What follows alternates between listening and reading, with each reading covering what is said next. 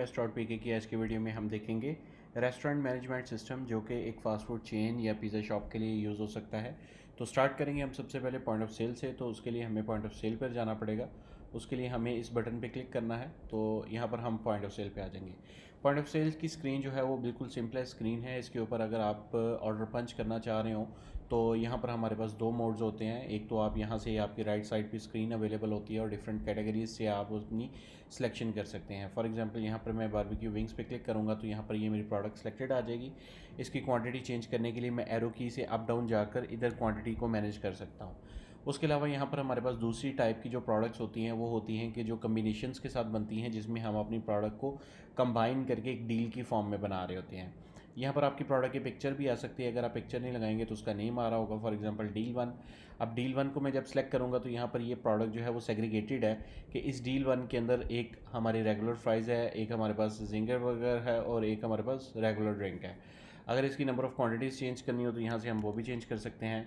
इसके अलावा हमारे पास तीसरी टाइप की जो प्रोडक्ट्स होती हैं वो होती हैं जिसके अंदर हमारे पास वेरिएंट्स आ जाते हैं। तो वेरिएंट टाइप के प्रोडक्ट के लिए जब हम किसी प्रोडक्ट पे क्लिक करते हैं तो उस प्रोडक्ट के फर्दर हमें साइजेज़ या उसके फर्दर ऑप्शंस यहाँ पर हमारे पास सिलेक्शन के लिए अवेलेबल हो जाते हैं।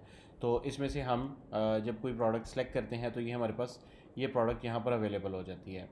इसके साथ साथ हमारे पास कुछ प्रोडक्ट्स हम ऐसे भी बना सकते हैं जिसके ऊपर हम कस्टमर को जो है वो चॉइस दे सकते हैं कि आप मल्टीपल वेरिएशंस में से कौन कौन सी ऑप्शंस को चूज़ करेंगे। फॉर एग्जांपल डील वन है तो डील वन के अंदर हमारे पास रेगुलर फ्राइज़ है, तो रेगुलर फ्राइज़ के अंदर अगर आप फ्लेवर्स ऐड ऑन करवाना चाहें तो कस्टमर की चॉइस के अकॉर्डिंगली प्रोडक्ट के ऊपर वो ऑप्शन भी अवेलेबल होता है और उसके अकॉर्डिंगली आप उसकी मैनेजमेंट कर सकते हैं।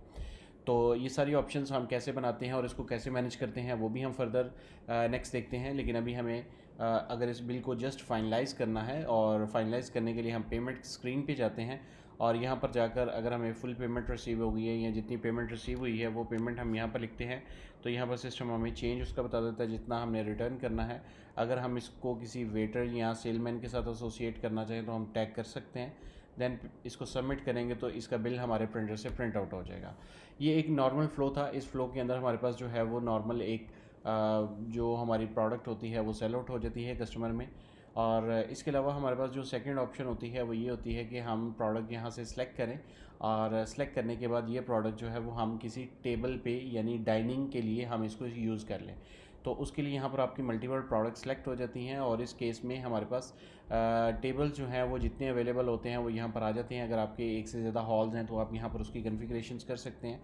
फॉर एग्जांपल मैं टेबल नंबर 1 के ऊपर जो है ये प्रोडक्ट जितनी भी मैंने इसके अंदर ऐड ऑन की होगी इसको मैं ऐड ऑन कर रहा हूँ। तो यहाँ से मैं इसको असाइन करूँगा तो ये मेरी जितनी प्रोडक्ट्स हैं ये मेरी टेबल को असाइन हो जाएंगी। उसके साथ साथ इसका प्रिंट जो है वो मेरे किचन में डायरेक्टली निकल आएगा।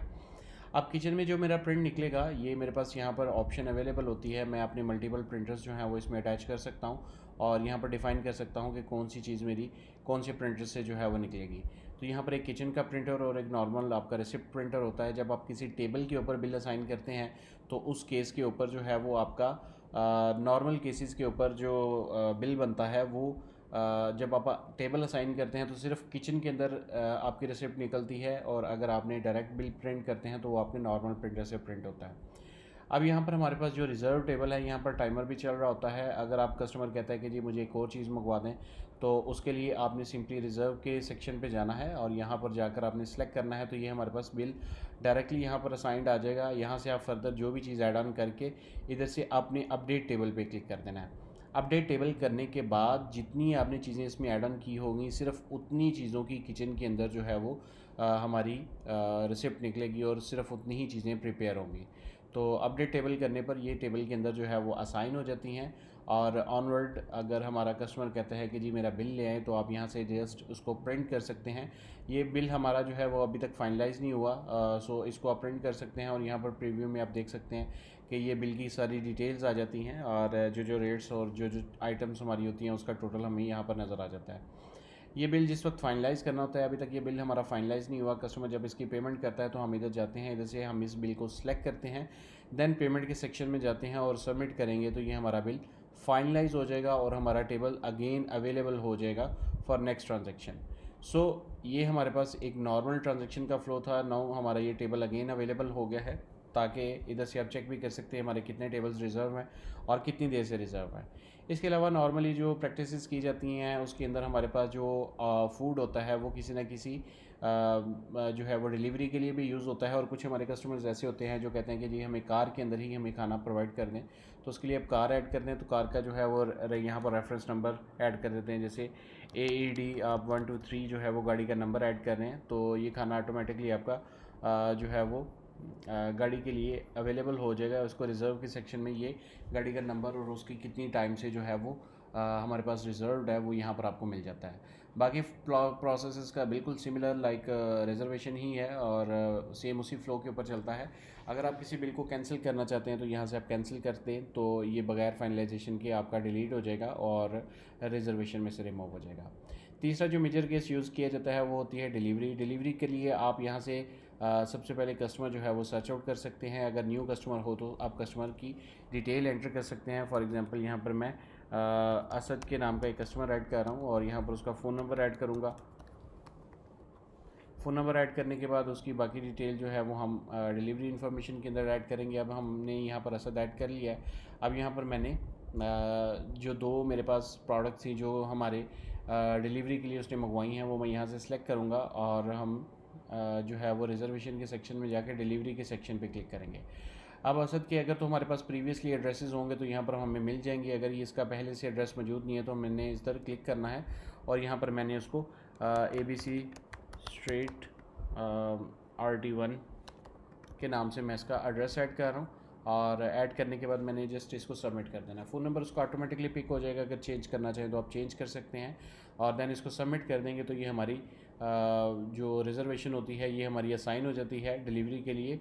और आफ्टर डैट जब आप डिलीवरी लेकर हमारे पास पर्सन आ जाता है तो यहाँ से हम उसको दोबारा से रीओपन करके तो उसको हम जो है वो फाइनलाइज़ कर सकते हैं। और इसी तरह से जब हम इसको दोबारा से करेंगे, जब हमारे पास डिलीवरी पेमेंट लेकर आ जाएगा तो देन हमने पेमेंट पे जाना है और इसको बिल को फाइनलाइज़ कर देना है सेम उसी तरह से जैसे हमारे पास बाकी चीज़ें हो रही हैं। और इसी तरह से अगर आप इसको दोबारा से फॉर एग्ज़ाम्पल ये कस्टमर सेलेक्ट करते हैं और फॉर एग्ज़ाम्पल ये कस्टमर है और कस्टमर ने कॉल की है तो कॉल करने के बाद जब आप डिलीवरीज़ पर जाएंगे तो यहाँ पर उसके जितने पुराने एड्रेसेस होंगे वो यहाँ पर पहले से ही फिल आ जाएंगे ताकि आपको बार बार इसकी एंट्री की ज़रूरत नहीं पड़ेगी और ये आपके पास सिस्टम में अवेलेबल हो जाएगा। ये हमारे पास एक मेन फ्लो था जिसके अकॉर्डिंगली हम यहाँ पर पॉइंट ऑफ सेल के ऊपर जो है वो बिल्स को ऐड कर रहे हैं और उसके अकॉर्डिंगली हम बिल बना रहे हैं। इसके अलावा यहाँ पर हमारे पास ये भी ऑप्शन अवेलेबल होती है कि हम बिल को सस्पेंड कर सकते हैं। सस्पेंड करने का ये मतलब होता है कि ये बिल आपके पास एक सस्पेंडेड फॉर्मेट में अवेलेबल होता है। अगर आप टेबल की रिजर्वेशन को नहीं यूज़ करना चाहते तो ये सस्पेंडेड बिल भी सेम लाइक रिजर्वेशन ही काम करता है। इसको आप रीओपन कर सकते हैं और रीओपन करके आप इसको अगेन प्रिंट कर सकते हैं और ये उस पर्पज़ के लिए आप यूज़ कर सकते हैं जब आपने प्रिंटिंग वगैरह ना करवानी हो, जस्ट आप रिजर्वेशन उसकी कर रहे हो। तो ये हमारे पास इसकी ऑप्शन भी अवेलेबल होती है।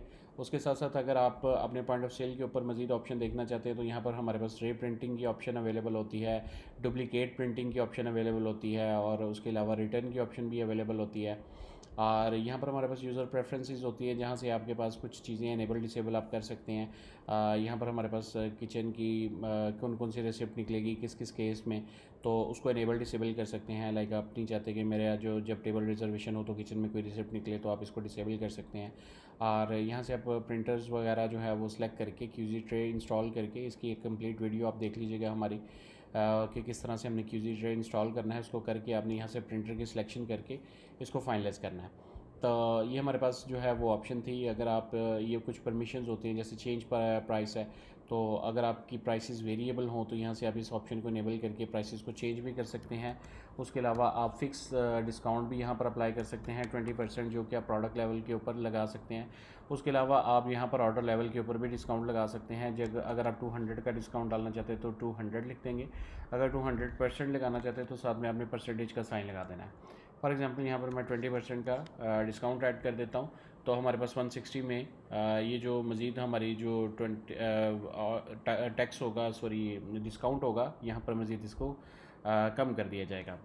उसके अलावा अगर आप डायरेक्टली पॉइंट ऑफ सेल के ऊपर कोई चीज़ रिटर्न करना चाह रहे हैं, इनकेस कस्टमर ने कोई ड्रिंक ली या कुछ लिया और वो चाह रहा है कि मैं वापस कर दूं, तो उसके लिए आपने ये रिटर्न का बटन क्लिक करना है और यहाँ पर आप कोई भी आइटम जो है वो यहाँ से क्लिक करके उसको रिटर्न क्वांटिटी -1 के साथ जो है वो ऐड ऑन कर सकते हैं, ताकि आपकी इन्वेंट्री भी उसके अकॉर्डिंगली मैनेज हो। या सम टाइम रिप्लेसमेंट आ जाती है तो उसके लिए भी आप एक आइटम यहाँ से जो है वो रिटर्न करके दूसरी आइटम उसकी रिप्लेसमेंट में दे सकते हैं। तो डायरेक्टली एक ही बिल के अंदर वो दोनों चीज़ें मैनेज हो जाती हैं। इसके साथ साथ आप डायरेक्टली प्रोडक्ट यहाँ पर सर्च भी कर सकते हैं और सर्च करके यहाँ पर ऐड ऑन कर सकते हैं।